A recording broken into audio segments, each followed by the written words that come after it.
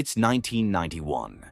On the tarmac of Kuwait International Airport lies the wreckage of British Airways Flight 149, a Boeing 747 shattered to twisted metal and smoldering debris. Eyewitnesses noted that the wreckage didn't resemble the aftermath of an explosion, but rather appeared to have been set ablaze deliberately. Among the chaos of Saddam Hussein's invasion of Kuwait, all 367 passengers and crew were taken hostage, their fate entwined with the unfolding Gulf War. With a spectacular victory by the Allied forces and the safe return of the hostages, it looks like the case is closed. But not exactly. This was no ordinary accident. The real story behind this plane's destruction is steeped in mystery, conspiracy, and allegations of betrayal. This is the mysterious story of British Airways Flight 149. Welcome back.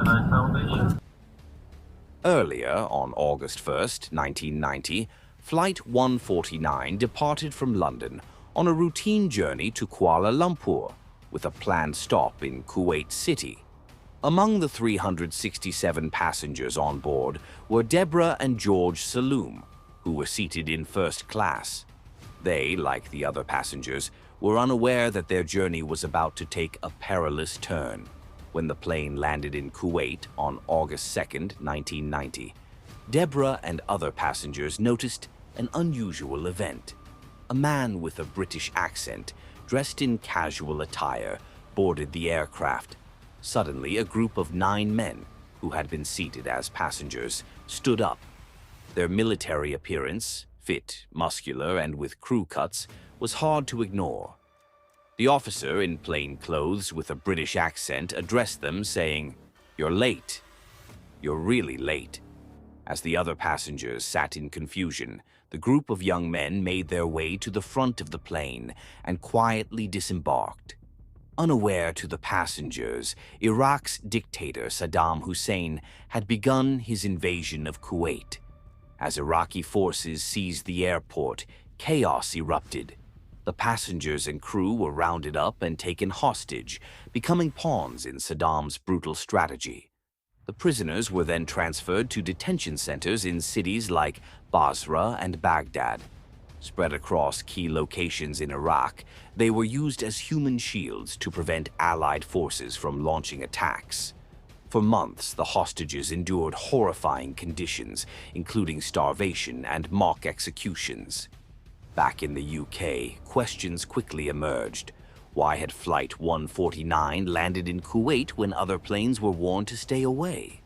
Why were there reports of British secret operatives among the passengers?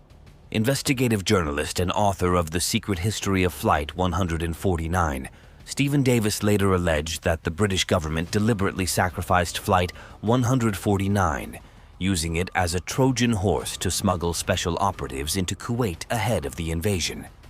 These operatives were reportedly part of a secretive unit known in the British Special Forces community and intelligence services as the Increment, also referred to as the Inc.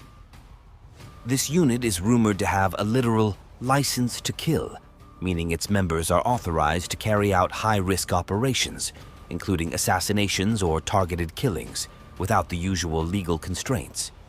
The operatives are believed to have participated in numerous top-secret missions for the British government, including secretly monitoring Muammar Gaddafi's inner circle in preparation for the 2011 Libyan uprising, working undercover during the Troubles in Northern Ireland, and carrying out high-value assassinations during the Bosnian War.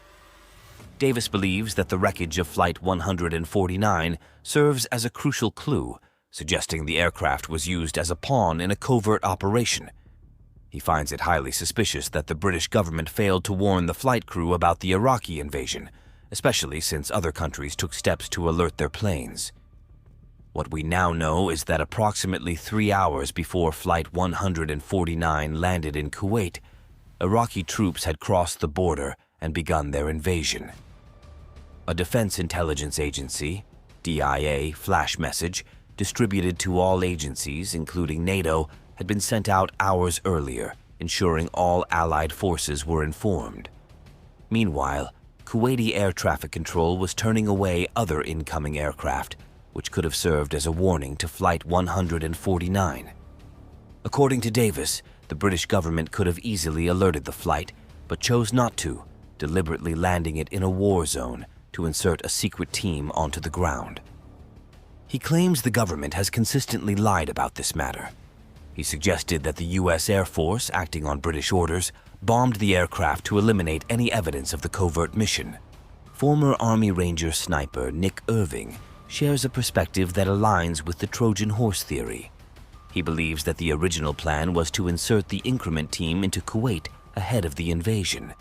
However, when Saddam Hussein's forces moved earlier than anticipated, the British decided to proceed with the operation regardless.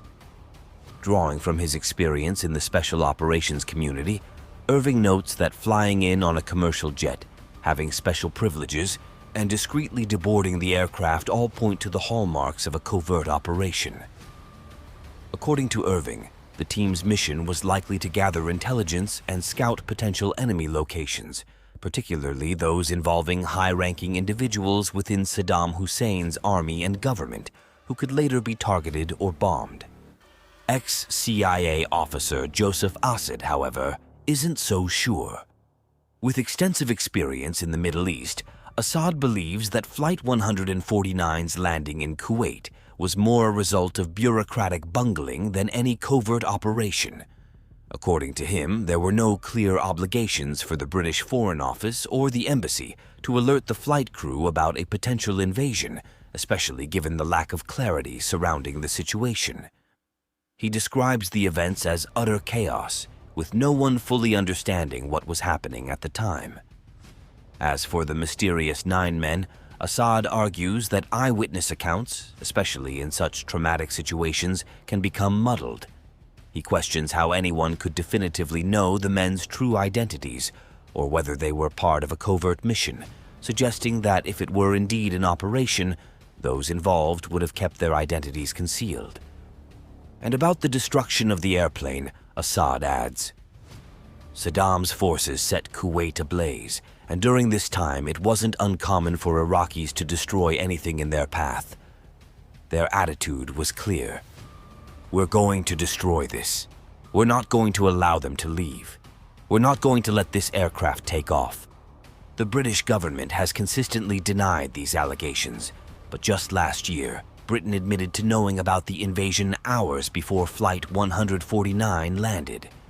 Despite this, they failed to warn British Airways, leaving passengers and crew to face the fallout of a war zone. 9 months later, after the Allies had driven Saddam Hussein out of Kuwait, the survivors were finally released and reunited with their families back in America. However, their ordeal left lasting scars. To this day, many passengers from Flight 149 say they are still suffering, not only because of what Saddam did. They continue to demand answers and apologies from the British government.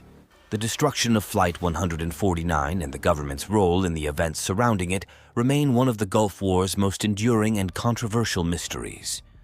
Was the flight a tragic bureaucratic oversight, or was it a deliberate sacrifice for the sake of national interests?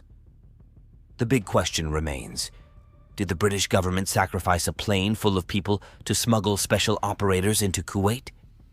The truth may never be fully uncovered. Please don't forget to comment your opinion below.